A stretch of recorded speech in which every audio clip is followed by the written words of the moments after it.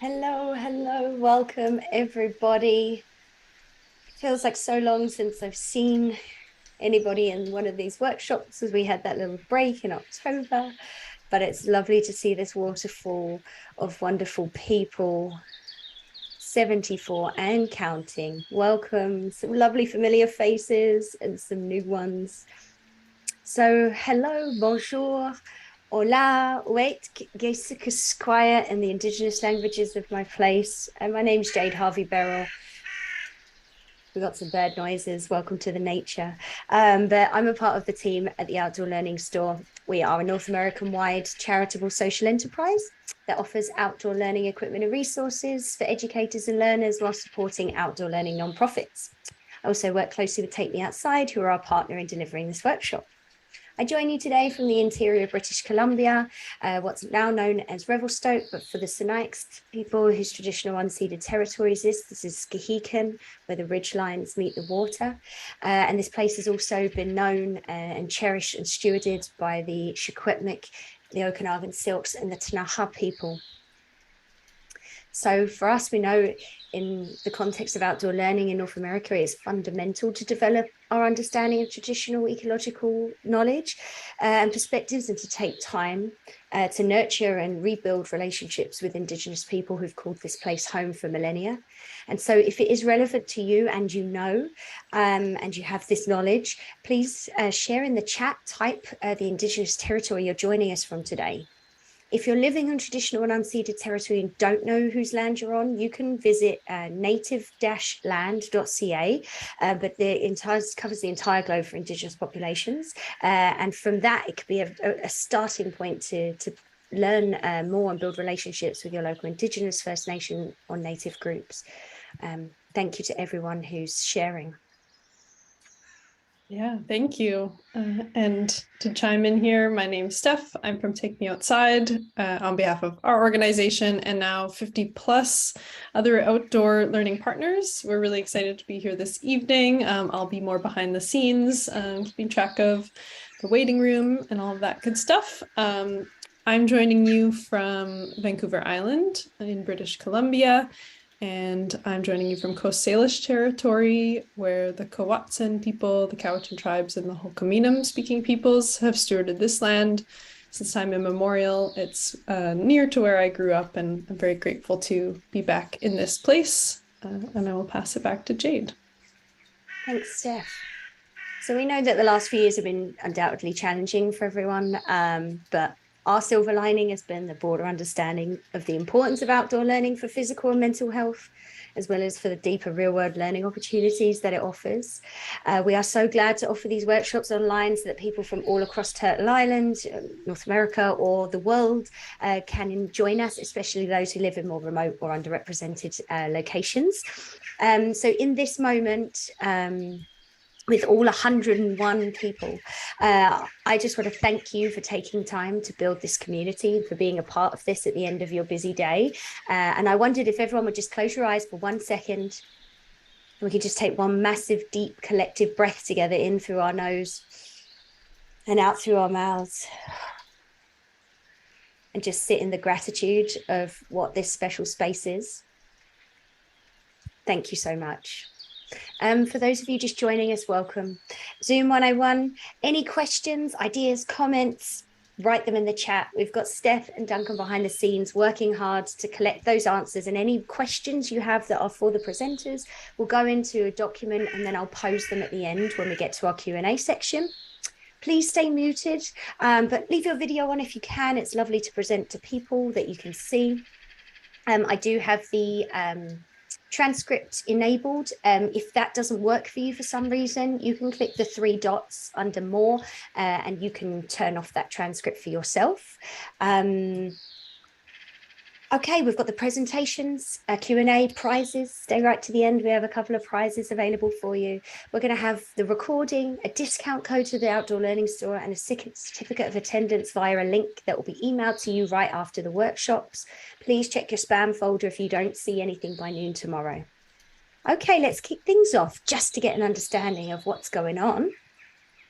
I'm going to launch this poll and ask you where you're joining from. I know I asked for Indigenous territories, but and there's some more options if you scroll down. So I wonder who we've got. We're just going to leave it open for 10 seconds and see who's represented, who might be missing, who do we need to get more connected with in the future. I'm going to leave it for 5, 4, 3, 2, 1.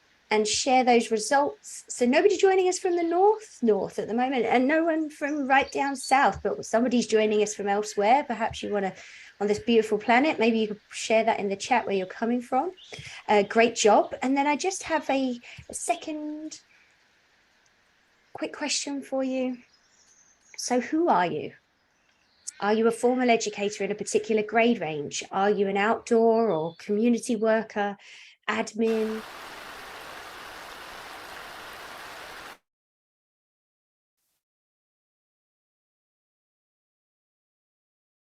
Just before the rains came. Okay, I'll leave them over for 5 more seconds. 4, 3, 2, 1. I'm going to end that poll and share the results. So we have formal educators represented from all the age range, outdoor formal educators, homeschool, and none of the above, but just passionate people. That just goes to show the diversity of people joining us. We are so excited to have you here.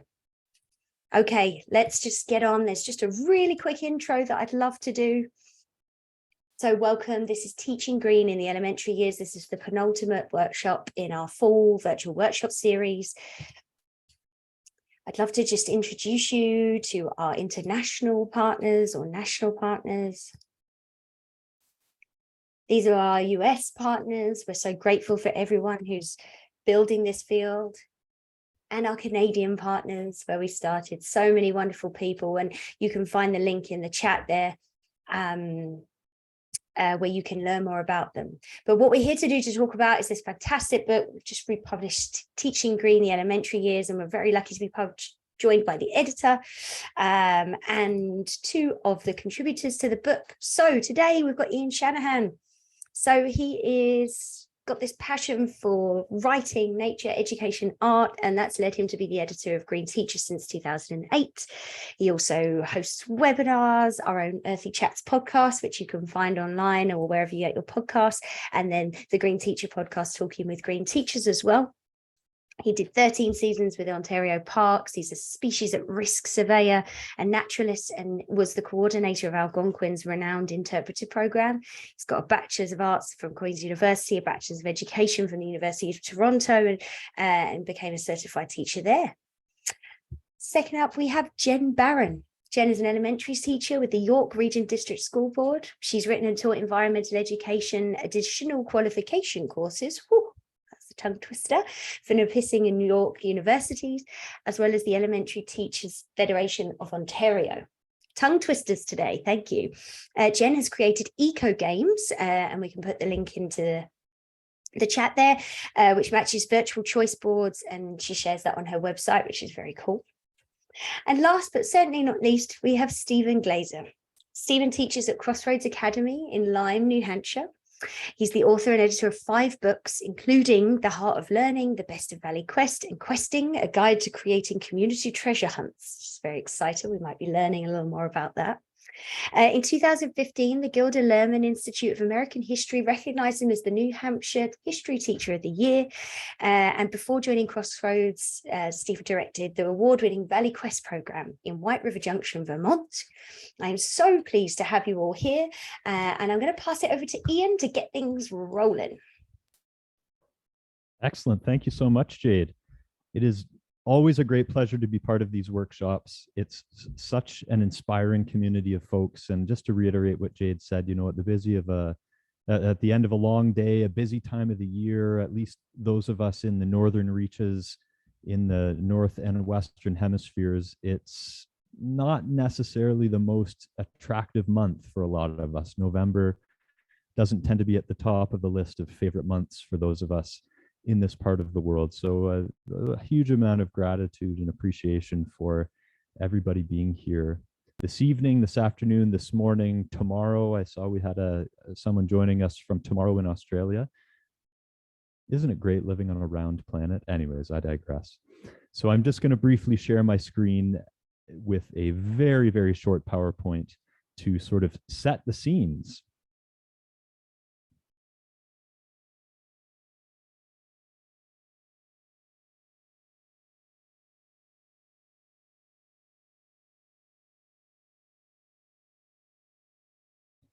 So as Jade mentioned, I'm the editor of Green Teacher Magazine, and what you see on the screen before you are all of Green Teacher's books that are available in the Outdoor Learning Store, and I can take credit for exactly 0 of these.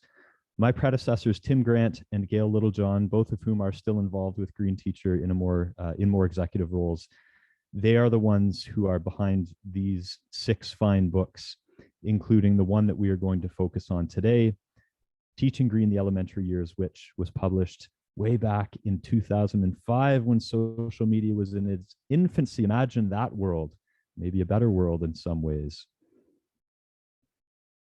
This book is part of a 3-part series that goes along with its companion volumes, the middle years and the high school years. And in the introduction to each of these books, again, my predecessor editors of the magazine laid out what, in their mind, constituted teaching green, or this broader umbrella of outdoor and environmental education that most, if not all of us, are heavily engaged in. And this is the list that they came up with. And I certainly think we could easily add to this list. We could make tweaks to this list. But I think, all these years later, almost 20 years later, it still holds pretty true to the work that we do. So I'm just going to share, somewhat paraphrasing, the main components of outdoor and environmental education as Tim and Gail saw it during their time at the helm of Green Teacher. So certainly an emphasis on a personal connection with nature. And this in particular with the age group that we're focused on, the elementary years, is just so essential. David Sobel, who has presented as part of Outdoor Learning Store workshops previously and whose work a good number of you, I'm sure, are quite familiar with, in his book about place-based education, he speaks about the importance of avoiding tragedies before 4th grade. And that's, again, somewhat paraphrased, but the word environment has a lot of weight to it in a lot of ways. If you were to do word association with the word environment, you would probably get a lot of nature and science and geography and geology related terms and associations. But if you were to ask people, what emotions does it conjure, in addition to emotions like wonder and inspiration and joy and peace, you would probably also get words like despair and anxiety, which is an unfortunate reality given the many challenges that we face as a species and with our fellow species on this planet with its very thin atmosphere just floating up there in space. So especially at those young years, we of course don't want to get into the nitty gritty of all that is troubled and all that is challenged in the natural world. It's a lot about getting acquainted with who else we share this fine planet with. So that's the crux of an emphasis on a personal connection with nature. A systems approach. This, in the years since this book was first published, has taken on greater importance. And this is now central to many forms of education as we move away from this more industrialized style of education where everything is functioning like an assembly line. Switching from awareness to knowledge and action. This goes back to my early training as an interpretive naturalist with the Ontario Park System and the teachings of Freeman Tilden. We don't care about what we don't know, and we don't know what we don't have direct experience with. And that experience comes from those direct encounters with the outdoors. Extending learning into the community. I'm always so impressed when I see articles come into my inbox where people, particularly in the United States, speak about service learning and community-based learning that happens in many parts of the US, which just hasn't caught on as much in Canada as it probably should. But this goes back a lot to David Sobel's work in place-based education and extending that learning into the community, basing it on where you are. Again, this idea that learning is not situated in a box or in a silo. Hands-on learning, I mean, this may be the definition of preaching to the choir, not that we're here to preach, but just to use the turn of phrase, hands-on learning, of course, we know in all aspects and in all subject areas is just absolutely essential. It's how we learn. We're driven by those questions and that natural curiosity, and we have to try stuff out before we can really master it. And of course, in the outdoors, there are myriad opportunities for hands-on learning. Integrating subject disciplines, certainly in the time since this book was published, we've seen a lot of strides in different parts of the world, in countries like Finland, where they've done away in part with subject disciplines and have more individual learning plans for individual learners, again, moving away from this industrial style of learning. Future-oriented content, and this is something that we will touch on in just a minute or two here. We spend a lot of time talking about the past and the present, but we also need to envision the future where we figured things out, given all of the challenges that humankind and our fellow species face, and that the lands and waterways and water bodies face and our atmosphere faces. It's easy to get bogged down in the challenges and in the problems. But what if we did figure it out? And the worst case scenarios in terms of the climate and biodiversity are for the most part off the table. Now, the best case scenarios are far from guaranteed, as we're certainly not on a course towards those best case scenarios, as we're learning about a lot now with COP27 going on. But what if we did figure things out and we did make the right decisions and we acted with the speed and at the scale necessary? What would that future look like? This is something that continues to be critically important, particularly with topics like climate change and sustainability. This one in 2005, when this book was first published, media literacy meant something very different when most people didn't know what social media was. That wasn't a phrase, it wasn't in dictionaries. Now in today's world, with the proliferation of social media and the disinformation crisis that we find ourselves in, media literacy has absolutely never been more important. And that's a key and I think often forgotten aspect of teaching green that we do have to ensure that we incorporate into teaching. Bringing in traditional Indigenous knowledge from various nations, and of course, ideally this would be place-based so as to avoid a pan-Indigenous framework, because that would do a disservice to the nuances and the many unique nations across the world. And something that is also really becoming cemented in this field and is spilling over quite heavily into other areas of education, this concept of teachers as facilitators and co-learners, the guide on the side as opposed to the sage on the stage. There are still moments, and it's not a matter of either or, but there are moments to be a guide on the side, there are moments to be a sage on the stage, and making sure that there's the right balance between those two approaches. I mentioned that we would pick up on this idea of future-oriented content and have two questions to put to the group, and I invite you to share your thoughts in the chat box. Part A of this question is, without applying any magic wands, and I'll explain what I mean by that, what does the "we figured it out" future look like? And it doesn't have to be the far future, it can be the near future. And when I say no applying any magic wands, this is using existing systems, technologies, cultural traditions that we already have. A friend of mine is doing a course right now called Practical Utopias that's being co-facilitated by Margaret Atwood. And one of her rules is no magic wands. So I thought I would borrow a bit from Miss Atwood, one of my favorite authors and favorite a lot of things. She's a great activist for our natural world. So share your thoughts. What does our "we figured it out" future look like to you? And the second part of this question is, how can you integrate envisioning this future with elementary school aged learners? Just as you're doing that, I thought I would take a brief moment to mention a way that you can envision the "we figured it out" future with older learners, particularly in the middle and the high school years. And it's partly this that I'm going to show you that has inspired these questions. This is a game that was brought to my attention a couple of years ago in the throes of COVID in 2020. It's called Solutions the Game. You may think the title is a bit on the nose, but I think this is more of what we need.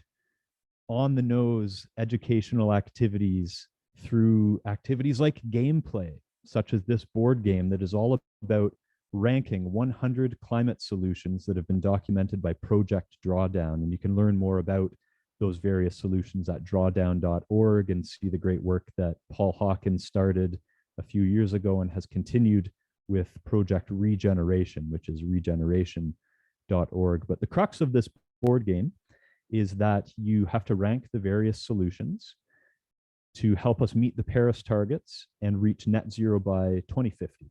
So again, no magic wands. These are very real targets. And depending on how accurate your rankings of the solutions are, you slow the march toward higher temperatures within this time frame between 2020 and 2050. And to me, this is such an inspiring activity that exemplifies this future-oriented teaching that we can do with young people. Now, of course, this game is more appropriate for middle and particularly high school students and even college and university students. But again, very interested to see your thoughts about how we can incorporate this into environmental and outdoor education with elementary age learners, because as I say, we spend a lot of time on the present and the past, and that often leads us to talking about some of the challenges we face. But what if we did figure it out? It's an empowering question. And it's a question that we still could answer the right way. And I think it's so important that we envision this future. So I will pause it there before I pass the virtual baton. No magic wands, but we do have virtual batons. I will pass it over to my co-facilitator, Jennifer Barron, who is one of over 60 contributors to this book, Teaching Green, the Elementary Years. So take it away, Jen, and thank you everybody for sharing your thoughts. I will keenly look over them after this presentation is finished. Thanks, Ian. And then while Jennifer's just getting set up there, there were some, hopefully good solutions in there. Maybe we should write a letter to someone. We can see you loud and clear, Jennifer. Go ahead. Perfect. Thank you so much for having me. And Ian, thank you for the segue to games. So I started out, I've been an educator for 26 years. And in 2000, I started teaching at one of my board's outdoor education centers, where I created this game, water game. So just like you, I am, 60 to 70% water. Water is near and dear to my heart. I drink it, I swim in it. And so when I created the water game for my outdoor ed center, I realized, just like Ian was saying, that really we and again, like David Sobel's saying, we don't need to inundate small children with very, very difficult and anxiety producing issues. Although now currently, that was 2000 that I wrote this game, but now currently children are being exposed at much earlier ages to more complex issues. And I'll get into that in a moment. Anyway, with the water game, very briefly, it is a scavenger hunt type of game where kids go around and they find the water forms on placards. And then when I worked at the Outdoor Ed Center, we used a series of punches, and they got a point for every water form that they found. And then the two children became limiting factors of pollution and oil spill, and the game would turn into a tag-like game. So you can read the instructions yourself to that game in the elementary years, Teaching Green, the elementary years, where I wrote the article, and I worked and had so much fun working with the editors at the time, Tim Grant and Gail Littlejohn. But what happened was around 2004, 2005, I started getting ideas for many other games. 15 games that span the curriculum, both in Canada, most of the provinces and territories, and connections in the United States, from the early years of elementary all the way to high school. And you'll see the games progress. You can find the games, the 15 eco games, in a free download. Everything that I'm sharing with you is completely free. And there's no strings attached, completely free. So you can find the download on my website, www.ecoinquiry.ca. But instead of using punches, my not so magic wand, my hope is that every schoolyard becomes an outdoor space for children. Yes, I've worked at outdoor ed field centers, and I think they serve a huge purpose for bringing children into sites of greater ecological integrity than perhaps some of our schoolyards. At the same time, we can't do that every day. And I do believe that if we can get our students outside every day or a few times a week to teach the curriculum, wonderful, in an integrated fashion. All of the norms of environmental ed that Ian was talking about. So you can download the 15 eco games, and yes, there's the water game. There are also games related to reptiles, amphibians, trees, the carbon cycle and climate change, activism, and they're linked to citizen science projects, etc. So you can take a look at those yourself, and I run workshops all the time for how to set up the games in your schoolyard. But if you go onto the website, you will see two-minute videos that will explain to you very quickly how to set up the games in your schoolyard. So that's what I hope is, I hope it's helpful, and people from all over the world have downloaded the game. So I'm excited about that. Then, of course, COVID hit in 2020. And the dreaded P word happened. We had to pivot to online. I know, I hate even saying it, but it's true because we pivoted. Like you, I'm an elementary teacher. I went back in the classroom. I was teaching grade 2 when COVID hit. And so I thought, what can I do to bring the outdoors in? This is the social media piece that Ian was talking about, and the connections that we didn't have in 2000. And I know I'm dating myself, but I have been playing the outdoor ed and environmental education game for quite a while now. And to tell you the truth, in some ways, I saw this as an opportunity to reach more people and share about environmentalism and environmental activism with more educators around the world. So I created a website, www.ecoinquiry.ca, and I very quickly jumped on the bandwagon of virtual choice boards. I created a virtual choice board to match every one of the 15 eco games. So you will see the names of the games at the top of the website, and when you click on them, you will see a matching choice board. So this is the Waterform matching virtual choice board. And each image that you click on has a connection, and you can very easily change the links. If you don't like the links that I put on or even the images, you can make a copy in Google Drive, make a copy, and then you can add in your own Bitmoji and make it your own. You will see with mine that there are a number of links to Indigenous websites, and I have worked with Indigenous educators to inform me, I think in a good way, of which sites and books to connect to. Now, I was also really interested in sharing how to bring the outdoors into our classroom in a virtual way. And so I wrote this article with Green Teacher in 2020, and Ian gracefully published it in Green Teacher magazine. It is free. So you can find the Outdoor Virtual Classroom Choice Board article, and it has ideas like themes for outdoor virtual classroom or choice, and a little bit of a how to make your own. Probably a lot of us know how to do that now. And I have linked that onto my website as well. I also thought, okay, well, how can I bring the outdoors in when we were outside, or sorry, when we were virtual? And last year, my board did this fun thing called hybrid, where, yes, I'm being sarcastic, where we were both as educators in the classroom and we had children online at the same time. I'm sure a number of you experienced that as well. So one of the complaints I got from parents, because I would still take my students who were at school outside, and I tried to figure out ways to include the students. Of course, there were the virtual choice boards. And I'm going to go back to eco games for a moment. There also, the eco games now are linked to Morse code, and there are ways on my website for students who are at home to decode the eco games and also to listen to an auditory Morse code reading of the secret environmental symbols. This will all make sense to you when you read the instructions. And I've only been giving 10 minutes, and normally I do this in an hour and a half live workshop. So, but you'll see, it will all make sense if you go to the website and watch a couple of 2-minute videos. Okay, but then I also thought, well, how can I bring the outdoors in to my classroom, particularly with some of the children who are at home, isolating, perhaps they've COVID themselves.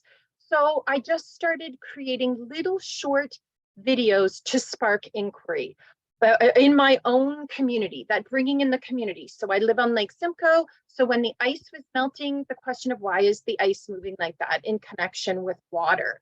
And then I had things like, watching salt for de-icing roads going into our watersheds. Why do we need so much salt? Questions like that, which really got my whole class thinking and connecting to nature, but also moving towards those action projects related to water. So, doing some litter pickups in the spring and writing letters like other people have said to our municipal councillors or provincial MPPs, that sort of thing, our government leaders. So, so my last piece is that each one of the eco games and virtual choice boards has reading recommendations, as you can see with the water game, which I wrote in 2001, but has evolved with technology into the 2020s. That there are wonderful, wonderful, wonderful books, and these are just some of the current books that I recommend. And that's my 10-minute presentation. Thank you for having me. Thank you so much, Jennifer.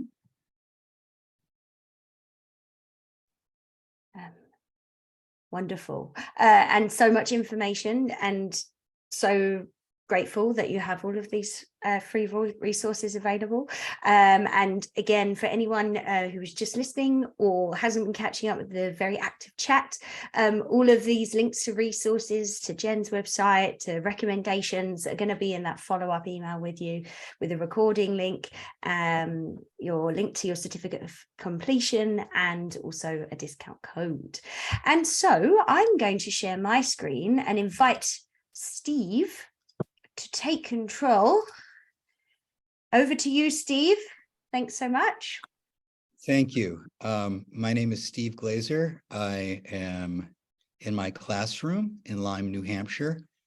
And for 10 years, I was the director of the Valley Quest program, which sits in the Connecticut River Valley, where the Ampampanoosic and Connecticut River join just south of the Coast region of the Abenaki people. And the Valley Quest program is based on this idea of quest. And when I say quest, what do I mean by that? So a quest, one piece of the quest is this idea of a special place. So I'm going to ring this bell. It has a nice long tone. And I'm going to ask you to think about, for you, what is a really special place? And maybe with your eyes closed or open, shoot out of the ceiling of the room, fly through the sky, float up over your community, and drop down into a place which is really wonderful and special to you for some reason. It may be a view, it may be a water place, it may be a historic site, it may be a place where something happened that you remember. And even bringing this place into your mind generates a feeling. So one piece of the quest is this idea of special places. Another thread is that we live in a community. And the community that I live in is a valley with a river that is shared, but two states that border as neighbors. And the two states further in this region are broken into 4 counties and about 60 towns. But really, we're all part of one watershed. And there's a way we can live in denial of the way we relate to each other, or we can learn to share this place. So we have this idea that there are special places, that we have a shared community. And the third thread is this idea of the lure of the treasure hunt. And David Sobel has been mentioned a few times. I used to work with David at Antioch, New England Graduate School. And when he went on sabbatical, he went to Dartmoor and he discovered letterboxing. And when we were thinking in our region about how to strengthen a regional sense of place, he thought, well, what if you fuse this idea of place-based education in a shared community with making treasure hunts with children for their communities to create a game where families go out on the land and they learn of their shared history. So Vital Communities was the nonprofit organization, and we started this project of making treasure hunts, partnering school and community groups on specific locations to learn to see the treasure that was already there and then share that treasure through the game.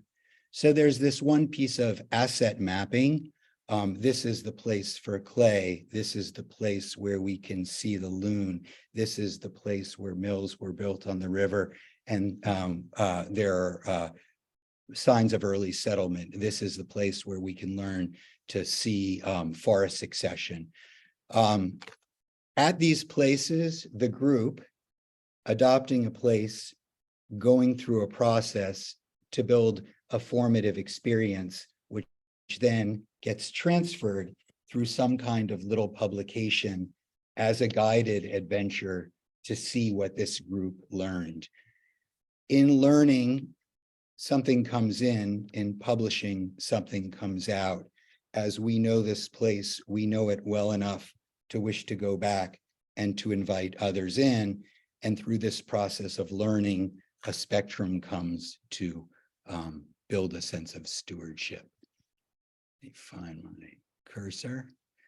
So the quest has a few elements. The first is the treasure hunt. Before you can get lost, you need to know where to start. So there's this starting point for the adventure. Then there are clues, which in the early elementary years, middle years, bring in the language arts piece of, can we write procedures to move people along to see what we wish them to see? And can we create a map which keeps them from getting lost and create something that is of value? So in the middle, we have this Guile Mountain hawk and haiku quest. The movement clues. Wood sign names this place, and the trail meanders right. Proceed, eyes open. Tiny turkey tails like little fuzzy brown ears. Mark, stump on the left. See tree top snipped off, white birches doubled over, signs of ice and wind. So you have to be out in that place to see what's there, to share. On that treasure, you are led to a treasure box. But as you move to the treasure box, there's this journey that has been created that invites people to go to some place they've never been, have a kind of adventure that leads to some small place that they earn a sense of achievement that they've done it.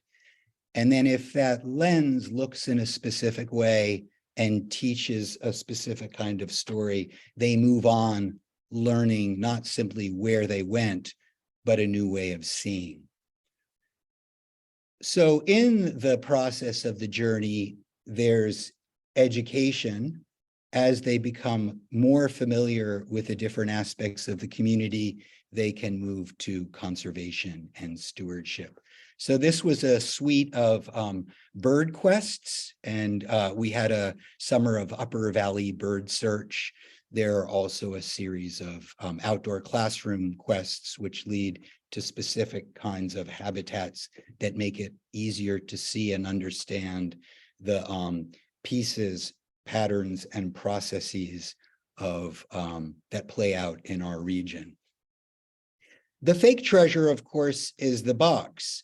They want to get there, they want to get the stamp, they want to sign in, they want to feel successful. But really, that's the decoy. And the real treasure is that in going to that place and having an experience, they've found a new place and they want to see more. So at our first year, we were at 12, then we made 23, and then in the 30s, and eventually we were able to publish a book of 89 hunts. A few years later, we published 75 more. And the second real treasure is beyond this knowing and mapping of places of value, is building this connection with people we never meet or see, who go out and fall in love based on our temporary experience of inquiry, pleasure, and publication. And then as one collects those stamps and goes on those adventures, one is really a different person, because one's sense of identification has maybe moved from my town to my region, our past, a complex present, and more investment in what happens in the future. So how do you make these? First, you really have to adopt a place and learn how to inhabit it. So you visit to build direct experience, and you engage in activities to sort of breathe in. But there are actually people who know this place and already love it.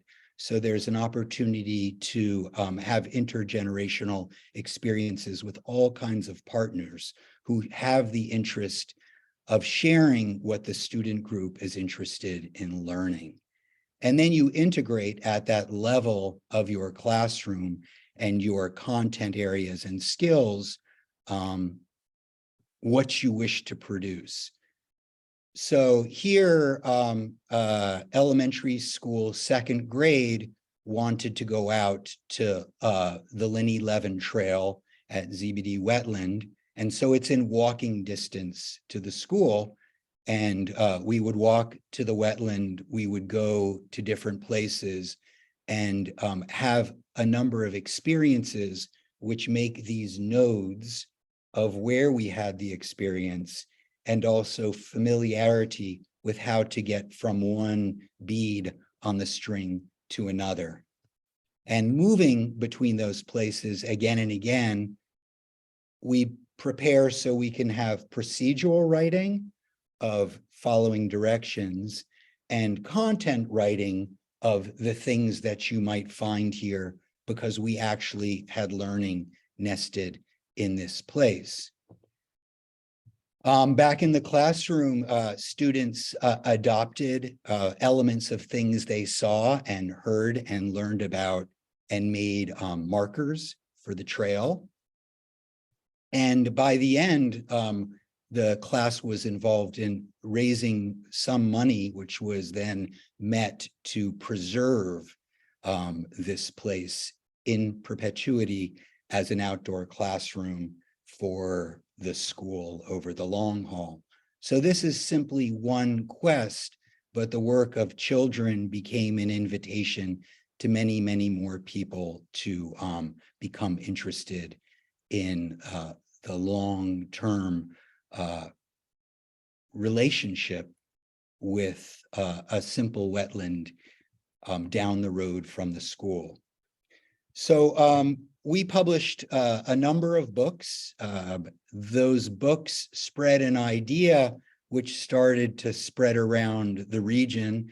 So I started to go around Vermont, New Hampshire, Massachusetts, Connecticut, the East Coast, helping other communities implement this kind of project for their purposes in their places with their partners.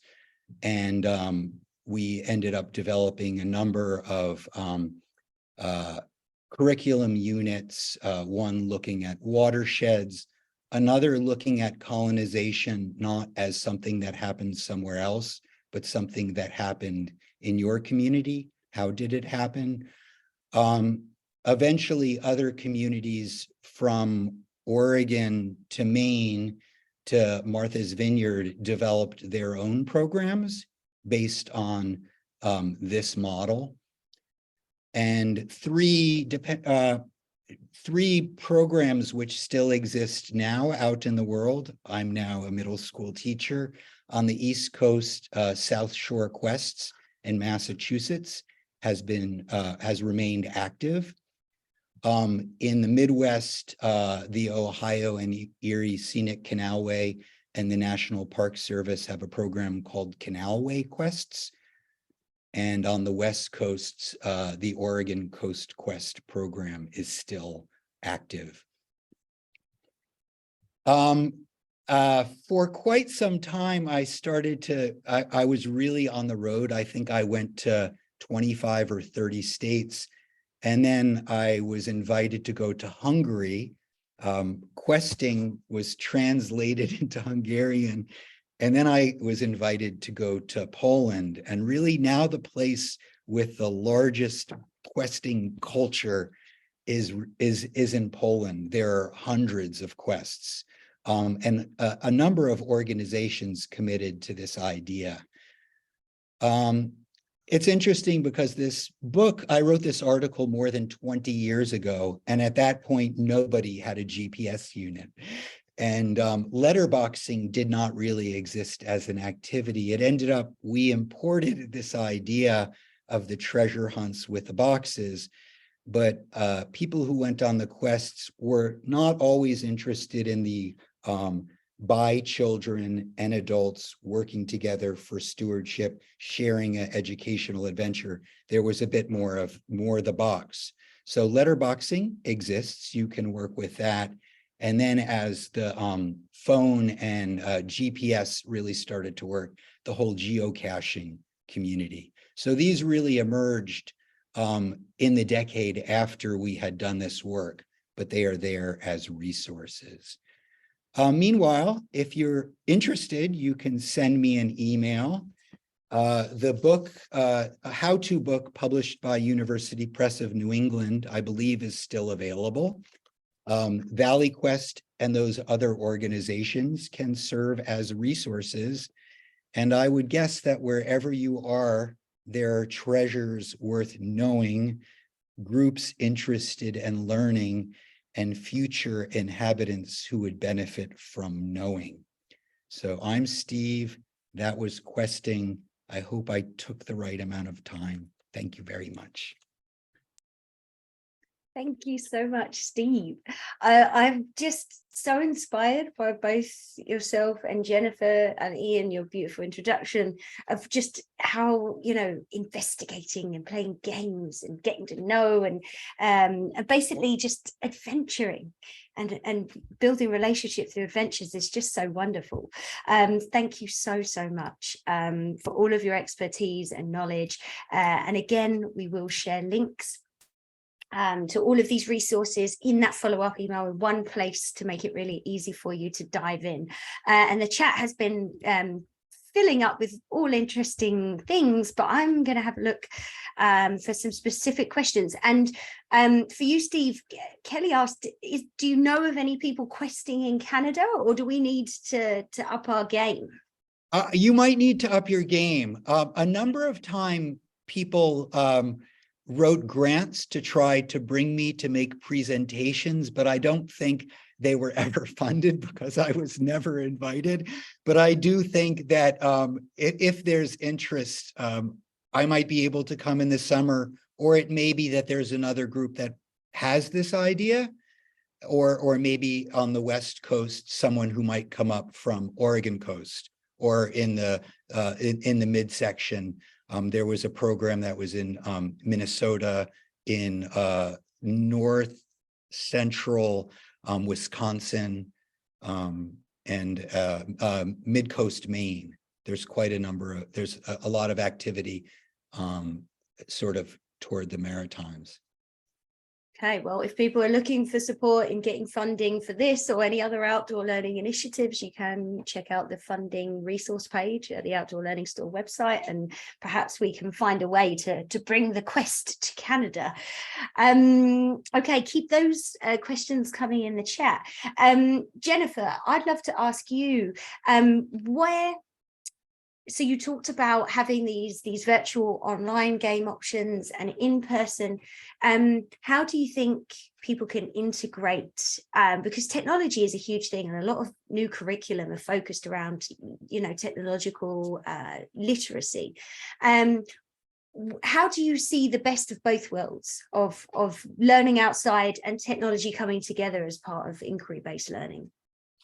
Well, I think when we think of that continuum, that our first job is to connect children to nature. And so starting in our schoolyards is a wonderful place to start. I plan with phenology in mind, planning through the seasons of your local place. And then, so with eco games, it is connected to the curriculum. So say, for example, if I teach a grade 2-3 combined class, I'll do growth and changes in animals in grade 2 with growth and changes in plants. And we'll go outside and look at the fall foliage, and then we'll watch the squirrels collecting nuts and then leaves dropping. And then you integrate math with patterning in your science, and social studies with what is harvested, you know, in your local space at the time, and indigenous traditions. And so all kinds of things, which I then bring into the classroom. Now, in creating the virtual choice board that matches it, the idea is that you then drop that virtual choice board into your Google Drive, into your Google Classroom. It's very easy. With mine, all you have to do is click on the image, the Google Slides opens up, you copy the Google slide, make yourself a copy, and now you own it. It's yours. Okay, then you can change the links, you can change the Bitmoji, you can leave it as is, but I would go through and double check it, make sure it suits your needs and your curriculum and your students. But then the idea is not only to continue to take that spark, that idea of inquiry, but then to go farther, to then, you know, understand the basic ecological concepts around anything. Say, for example, a particular habitat or the carbon cycle or the water cycle. But then each one of the eco games has a choice board where some of the images, in fact, for example, the carbon cycle game, they are all connected to links of websites where they are youth that are solving problems. Just like Ian said, that is our future. We need to solve problems. And my dream is to have STEM, science, technology, engineering, and math, the greatest thinkers of our time, think about environmental sustainability solutions. It's amazing what we can do out in space, but we need to save this planet. So if we had all of the greatest thinkers on the planet and money focused on sustainability solutions, then we would be getting somewhere. Now, I took a degree in environmental studies 30 years ago, where people were making this as a solution and people weren't listening. Now people are listening. So that's really what I think, that as well, I think that children, that we can start with these solutions and help them to become problem solvers at a much earlier age. The moment they experience eco-anxiety, and it's happening in kindergarten, the moment they experience eco-anxiety, give them the tools to be problem solvers. Give them the tools to be activists, so that as the problems become more complex, they develop a more intricate set of tools so that they can become problem solvers, and then they already use social media to share. Then we have a world of youth sharing solutions, and it's already happening where they're doing it whether we ask them to or not. Look at who's at COP27, right? We know youth are leading the way in this. So as educators, let's just start them out a little bit earlier so they don't feel so alone. They feel like they're in this together and they're problem solving around the world together. That's how I see the flow. And I wish that there was an environmental education curriculum. And, you know, the United Nations says there should be, but in every province, territory, state, there should be a flow of how to be an environmental activist, an environmental global citizen. Totally. I love that. And I'm going to put a plug in because the Teaching Green books, really, that's the vision that Tim Grant and Gail Littlejohn had in mind with those books, that there was that continuum, because there's a lot of activism in those books. And they're cross-curricular and they tie into so many different ways or, you know, traditional subjects that you're teaching. Thank you, Jennifer. And I do appreciate as well that Ian, you know, had that vision and that I was able to publish the virtual piece, because that part is probably missing from the books, but that's the now leading to the future. Thank you. Love it. So to make sure we value everyone's time and we have time to do prizes to get everyone out on the hour, and then we'll do some follow-ups and Q&A. I'm just going to answer one more question before we scooch in there. And I'm giving this one to you, Steve. Sonia asks, I'm wondering if you have any experience with a routine practice of map making with your students when you're wearing your teacher hat. Sonia's curious if this is something you slowly integrate into a practice or just have one-off experiences with students. There is another of David Sobel's book in the store, the map making with children. Yeah, I've done it. I've made sandpit maps with kids and had them direct people blindfolded. Go ahead, Steve. For sure. When I was running Valley Quest, I was really functioning as a non-formal educator, going in as a specialist to the classrooms of others. So I was in a short-term relationship with a group, maybe one time, maybe two times, in the best cases, maybe once a week for 4 weeks, 6 weeks, 8 weeks, depending on the scale of a project. But this is kind of an example of one project where it's a fourth grade class. From a science point of view, they were looking at habitats and adaptations. And from a language arts point of view, they were looking at sequencing, writing, and haiku. So we set up the project to create a certain number of teaching environments. And we would go with one part of the class to one place, one to the other, switch. The next time to two different places, switch. The next time, switch. At that point, they had moved between these 6 sites on 3 different times, which now enable them to make a base map with scale based on having visited the same terrain. So one piece was the individual map, the collective work, the clues, at the end, a list of all the inhabitants they'd seen on those 3 field visits, 6 locations, and then field drawings creating the border. So it's kind of art, language arts, map making, science exploration together, and then the final publication.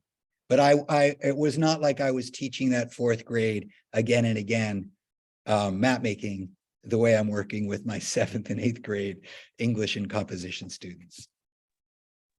Amazing what you can achieve in that limited time frame. Thank you so much for sharing.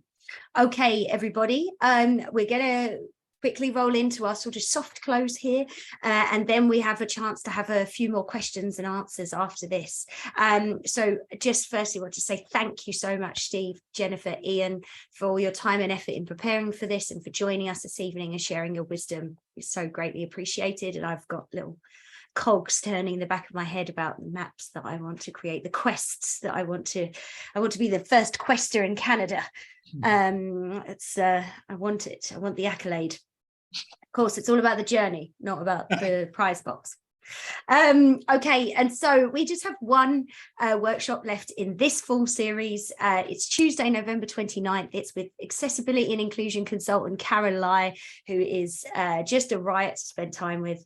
It's accessibility and outdoor learning. So please join us for that. And if you haven't registered and you go onto our workshop page, it's a secret, but we've just made all of our winter workshops live. So there's Tuesdays at 4 p.m. Pacific starting January 17th, and we're opening with Monique Gray-Smith, who's just written the young adults version of Braiding Sweetgrass in adapting Robin Wall Kimmerer's book, and all kinds of other things in there about culture and climate and much more. So please check it out.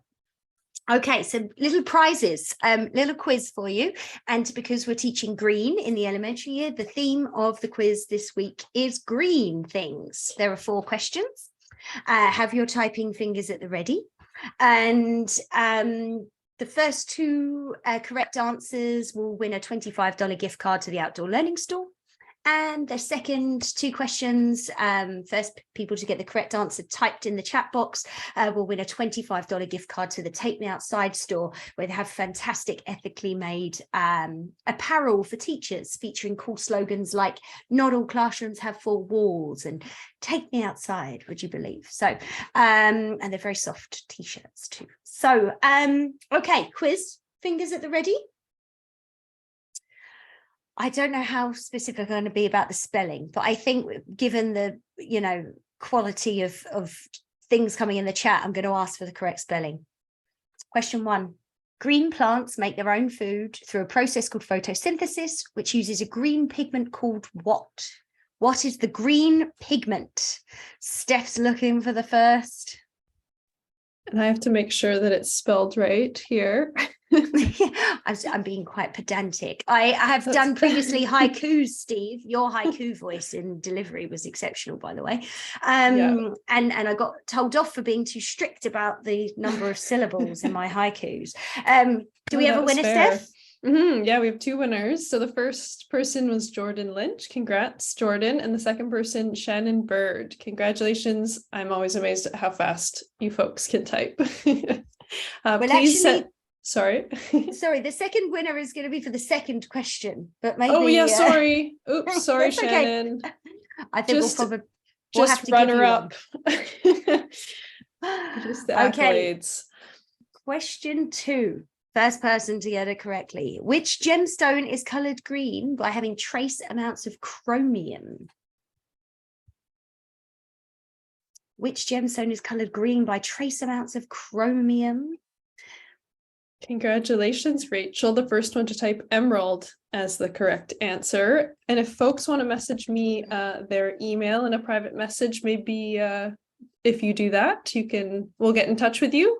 But if not, we'll try and look you up. So either way. Lovely. I love all the people that said jade. That would have been a bit sort of self-important if I'd have chosen that as the answer. But okay, what is the French word for green? What is the French word for green to win a Take Me Outside $25 gift card? Shannon McMurtry, congratulations. Well done, very fast, excellent. And final question, final quiz. The Green Bay Packers are a professional American football team based in Green Bay. In which American state? Which American state do the Green Bay Packers inhabit? Wisconsin, Andrea O'Farrell. Congratulations. So again, please direct message your emails to Steph and we'll be sending you a virtual gift card to your relative stores. Just before we close, I believe Duncan might have a little announcement for us. I do. Well, while you've all been, excuse me, enjoying this, I've been working hard behind the scenes, and I'm going to drop a link in the chat here. We actually have Steve's book now up on the site, moments after the request for pre-orders. So if you want to get that title, it'll take a few weeks to get out to you, but it is now available. 100% of proceeds go back to outdoor learning nonprofits. So yeah, Look at That's got that. to be a world record for turnaround time. Amazing. Yeah. How is it done? You ask and these shall deliver. And I feel like there needs to be a race for all of us to come back together at some point and show off our quests. I feel like there needs to be a follow-up quest workshop. So if anyone wants to send an email to Outreach Outdoor Learning Store once you've built a quest, and maybe we can have a sort of quest celebration party at some point, that would make me really happy. And you know, again, there's over 120 people in here sharing your passion, your expertise in the chats. You know, I want to see quests with Indigenous language places and Indigenous names for animals. I want to see people bringing in all different aspects, and let's build a community. I'm very excited. And eco inquiry as part of that process. Okay. Just want to remind you, if you do not have an email with all of the jazz that we have previously mentioned, please check your spam. There is a possibility that we may go into there. It will have the recording, instructions to get your certificate, and links to resources mentioned in the workshop. And so for those of you who do have to go right on the hour, I'm late, sorry, it's all just too exciting. And we thank you so much for joining. For those of you who do want to stick around, we can have a quick couple of extra questions. If anybody would like to share or ask, please type them in the chat. But for everyone else, thank you so much. Jennifer, I'd love to ask you, because you've been doing this a long time, and you have built all these different ways of engaging. Is there a reason for you why these sort of playground or like school ground based games are so successful? I'm hoping it's because of their accessibility and transferability. So, you know, and high engagement. That's the feedback that I get. So, and having played them with my own students, that's the feedback that I get from my students, but it's also the feedback I get from other educators. Amazing, thank you. It doesn't have to be out in the wilderness, right, for you to experience. I think probably more of us teach in urban settings, and the way I've designed the games, and there is a mapping component as well. And it's in the book that you can download. It's the very last page for how to build in a mapping component, and it's also on, it's a separate page on my website. So, you know, you could also build in quests. You could take the game premise and build in Steve's quests in your own schoolyard. What I found with COVID is that we can certainly do these kinds of things at outdoor education centers, and outdoor education centers are really well equipped for these kinds of programs.